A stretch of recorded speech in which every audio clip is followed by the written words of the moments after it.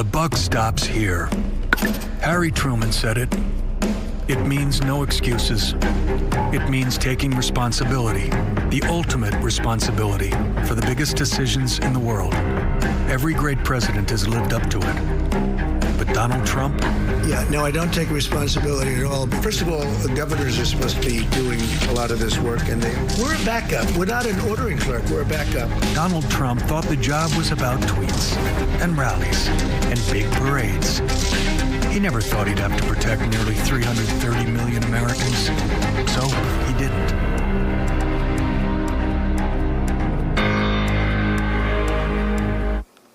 I mean, what we are seeing is just a real-time example of just an unbelievable failure to lead. And it's not just about this crisis. It's also about the biggest one we face when all of this is over. We're going to talk about that next.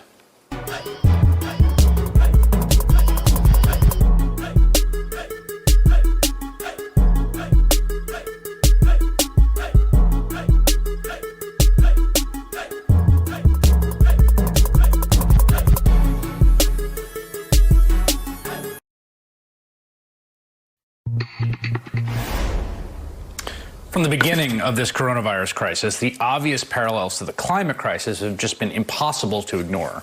I keep thinking about them, particularly as the pandemic plays out like an intensely sped up acute version of the climate crisis. The same warnings, the same disinformation and know-nothingness, the same tragic consequences, the same failure to act. Two aspects in particular have been haunting me. One is the invisibility of the problem, in a very literal sense.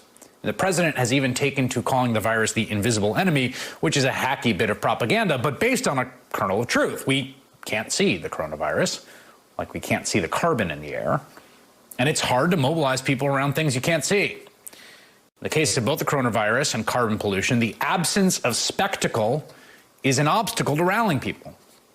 Second thing that's so maddening is that both the climate crisis and a global pandemic did not come out of nowhere. They're not unlikely things that might happen in the future we should plan for. No, according to experts, they're certainties. Like Bill Gates, everyone who knows anything about global health and virology and transmission has been screaming for years about exactly this moment we're in, that it's not if, it's when. And that is also exactly what climate experts have been saying. And they've been called into question, and they've been ignored, and they've been bullied, but they're saying the exact same thing as health experts did about a pandemic. It's coming. And yet here we are standing on the tracks, watching the train barrel towards us and refusing to get out of the way.